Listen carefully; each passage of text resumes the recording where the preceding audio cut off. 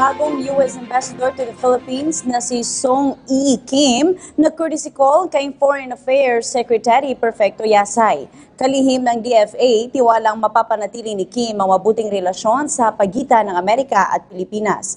Matapos ng courtesy call kay Yasay, may kipagkita naman kay Pangulong Rodrigo Duterte para sa presentasyon ng kanyang credentials. May report ang aming kasamang si Sweden Velado live via phone patch. Salamat, Princess. Positibo si Foreign Affairs Secretary Perfecto Yasay na mananatiling matatag ang relasyon at pagkakaibigan ng Pilipinas at Estados Unidos sa ilalim ni bagong US Ambassador to the Philippines, Song Y. Kim. Sinabi ito ng kalihim ng DFA matapos ang naging courtesy call sa kanya ni Ambassador Kim nito lamang umaga. Narito po ang naging statement ni Secretary Perfecto Yasay. We're very happy to welcome him. He's the ambassador-designate of the United States to the Philippines.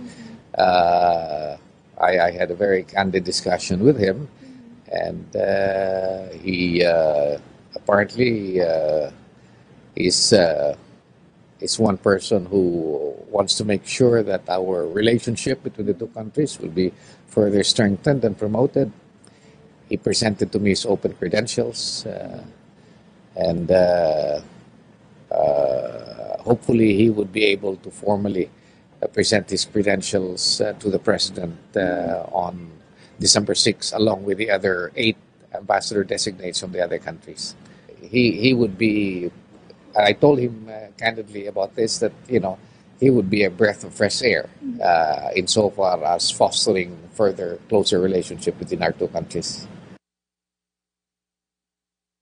Sa mga tinalakay ni Ambassador Kim ay kung may mga issue man sa pagitan ng Pilipinas at Estados Unidos ay verifikahin muna ang lahat ng impormasyon bago tumakbo sa media.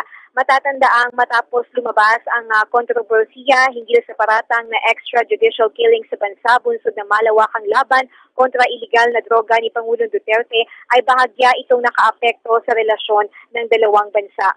Samantala, ayon kay Secretary Yasay, excited na siyang makatrabaho ang bagong ambassador at malaking factor aniya ang pagiging Asian rin nito na mas nakakaintindi sa ating mga tradisyon at kultura.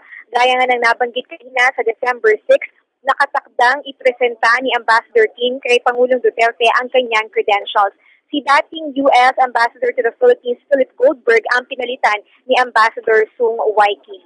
Mula po dito sa lungsod ng Maynila para sa PTV News, Sweden Velado. Maraming salamat, Sweden Velado.